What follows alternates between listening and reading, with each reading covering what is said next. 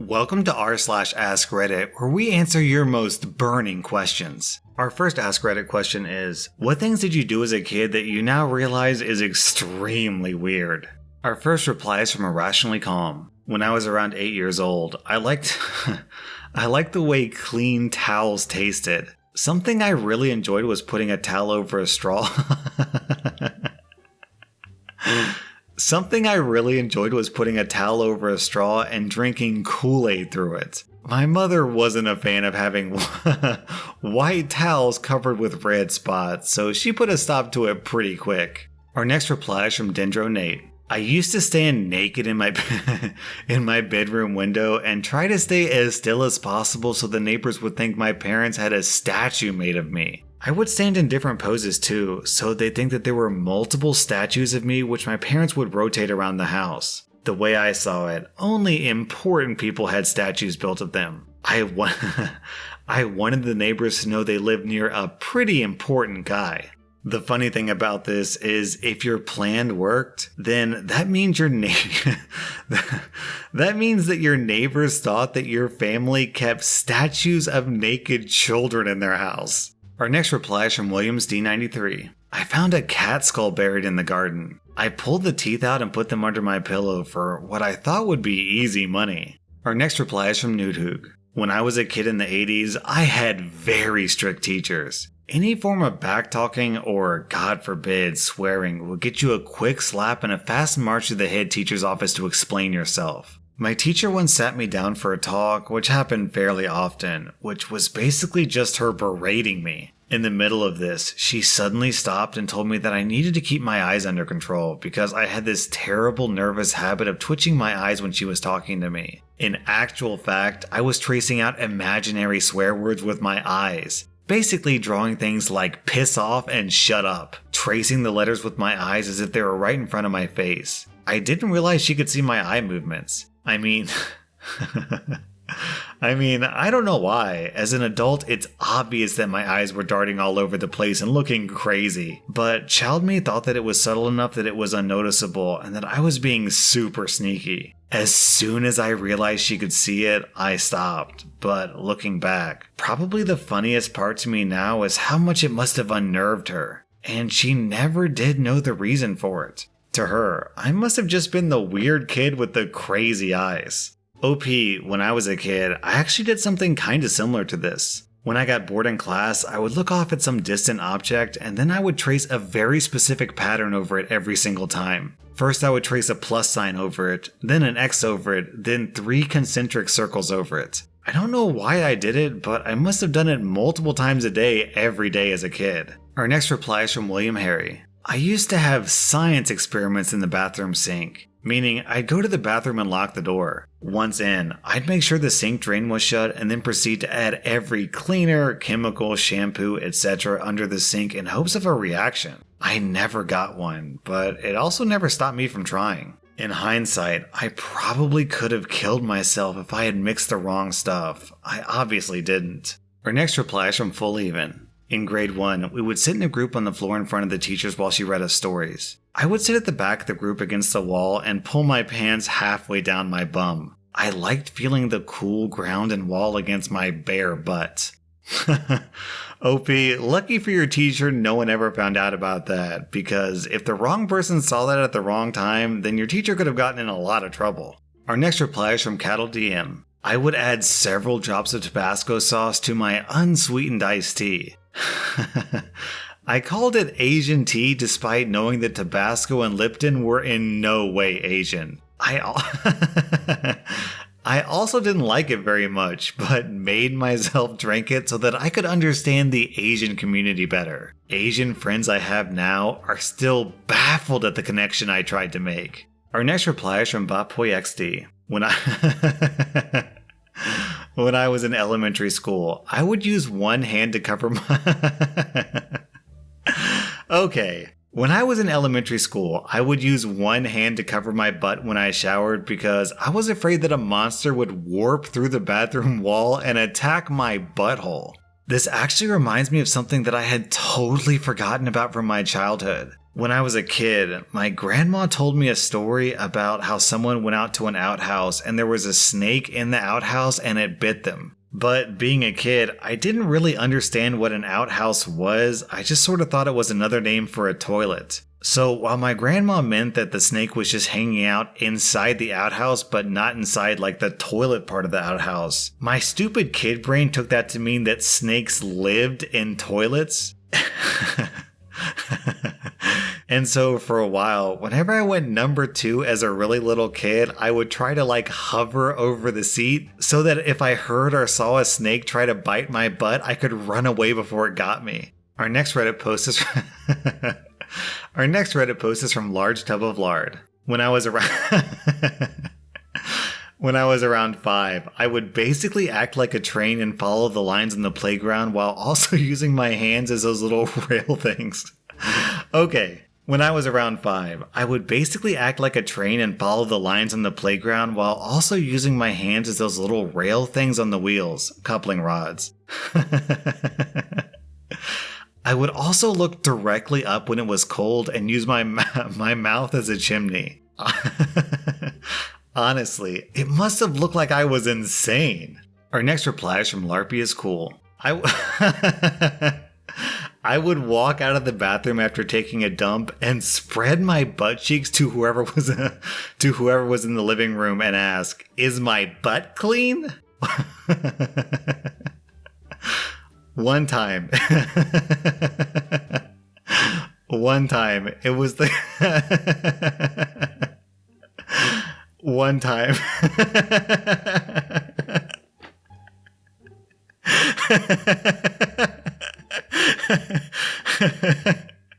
One time, it was the guy cleaning our carpet. Our next reply is from KT Moonrise. I used to eat mechanical pencil lead.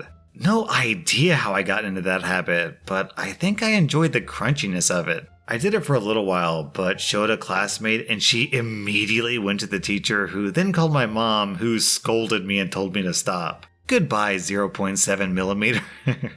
Goodbye, 0.7 millimeter. You will be missed. Our next reply is from Autistic Armadillo. I used to eat tissues as a kid. My mom found out one day and yelled at me to stop, as any sane parent would do. So I started eating them in secret, sneaking away a tissue box to another room to eat a tissue or two. Until one day when I was about 5 years old, I had to go to a hospital. I had no idea what was going on. All I knew was that I had trouble breathing through my nose. Before the operation, I was in the hospital, and I overheard one of the nurses say that they just needed to remove the excess tissue in my nose. Naturally, I thought that the tissues I had eaten had started getting clogged up my nose, and I never ate a tissue again. I made the realization at 14 that it was muscle tissue in my nose, and not the actual tissues I was eating. OP, what you should have done was switch over to toilet paper. Then you wouldn't have had to wipe on the way out.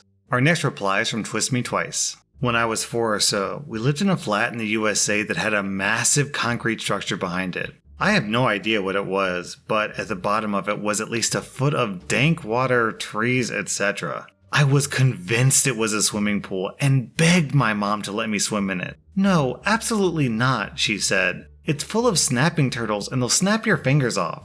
I also wanted to eat all the berries that were on the local bushes. No, absolutely not. They're poisonous. They'll make you very sick and then dead. Clever me. I put the two ideas together and thus spent the summer throwing poison berries into the swamp structure in order to kill all the turtles. 4 years old and stuck on murder mode for 3 months. Our next Askreddit question is, a child who is not embraced by the village will burn it down to feel its warmth. What's an example of this that you've seen or experienced firsthand?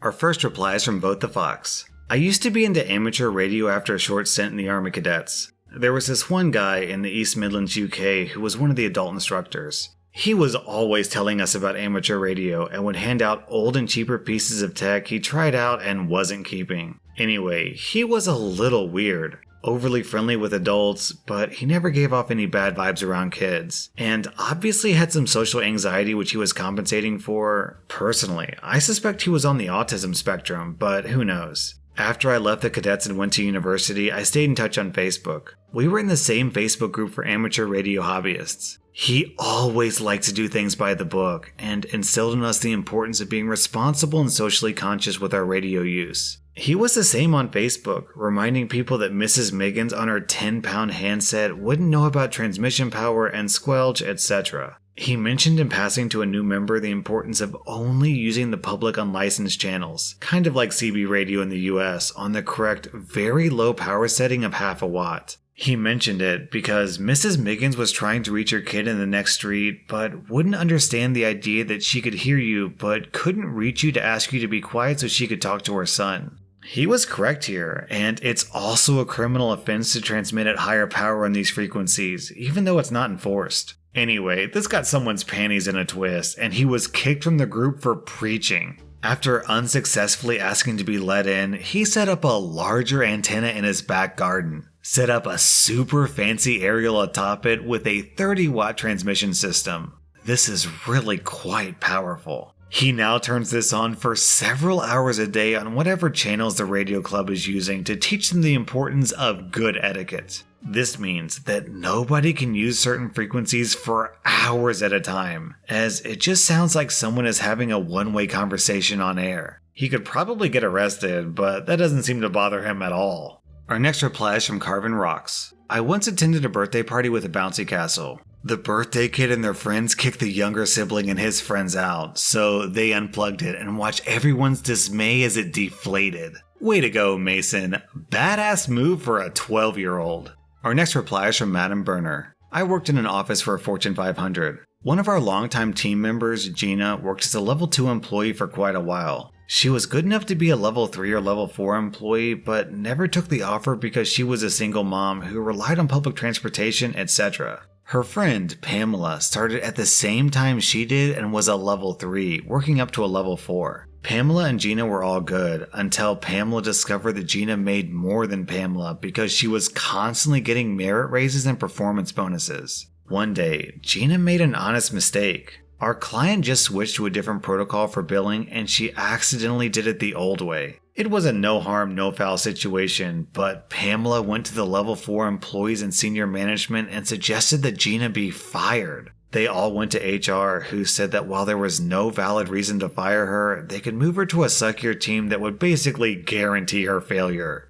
Gina realized what was happening and secured another job. We were going to be off for 4 days for Christmas, but Gina quit Thursday by leaving an after-hours voicemail. Gina knew the message wouldn't be received until Monday morning, so she sent out an email to the entire building, timed to be sent at 11:59 Christmas Eve.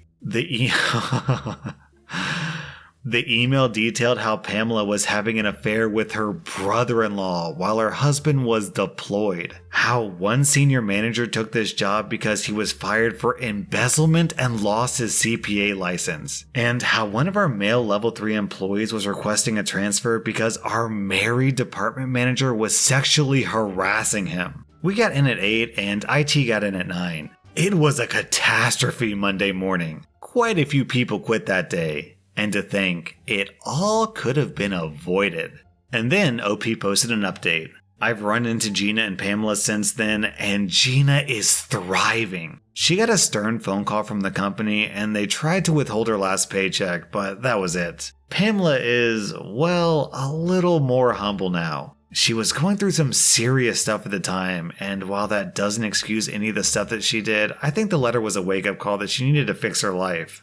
Below this post, GJ Cypher sums this up well. This is the equivalent of walking away from an explosion you lit yourself. Our next reply is from Big Papa Java. I work with kids who have mental health issues. Many of them have attempted suicide, running away, self-harm, or have an addiction of some kind by their mid-teens. They always have some kind of traumatic family life that's pushed them to that problem. One thing we see again and again is the poor kid who comes in after the parent or guardian has belittled them and told them what a piece of garbage they are for years. Eventually, the kid starts acting out, which the adult uses as proof that he was right all along and the kid was being an awful piece of garbage. One kid I worked with was in and out of treatment programs for a couple of years and had exactly this kind of parents. The father was always on the road driving a truck and checked out when he was at home. The mom was personality disordered and extremely emotionally and verbally abusive. One day, while his father was out on the road, the boy murdered his mother by bludgeoning her to death with a hammer while she slept. Then, he kept her body in the house for a few days, abusing the corpse before stuffing her remains into the trash can and leaving them on the curbside for pickup.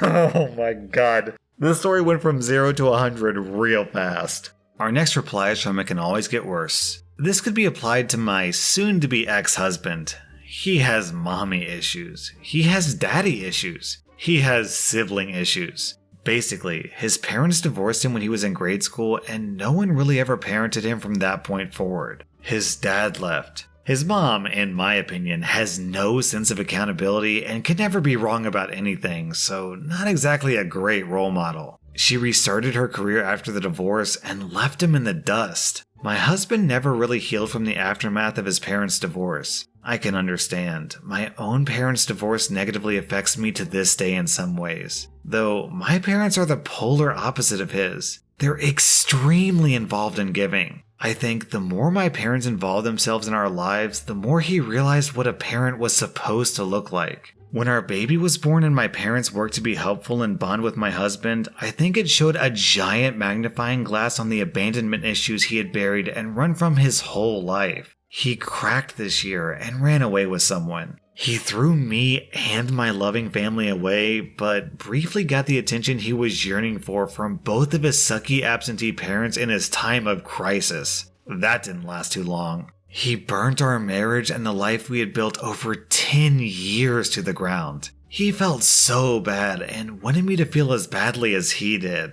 Though any warmth he enjoyed from doing so quickly dissipated, he regrets everything.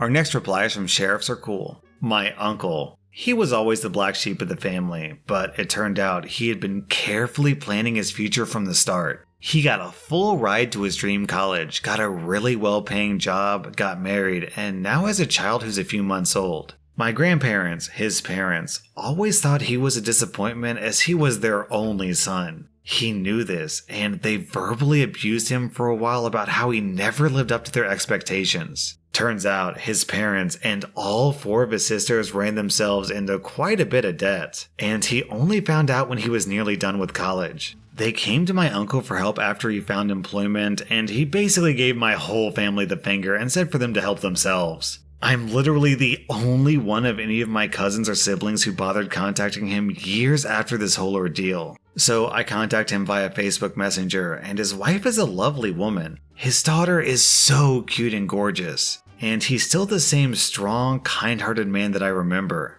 My parents know that I'm in contact with him, and they just don't care. I'll be staying over at their house for a little next week, and I'm so glad I was able to meet my little cousin. Our next reply is from Dying Catastrophe. I guess I would maybe count for this. I cut my relatives out of my life when I was 19. They had spent my whole life tormenting me and treating me like dirt. With me gone, there's my aunt, my uncle, my grandmother, and my dad.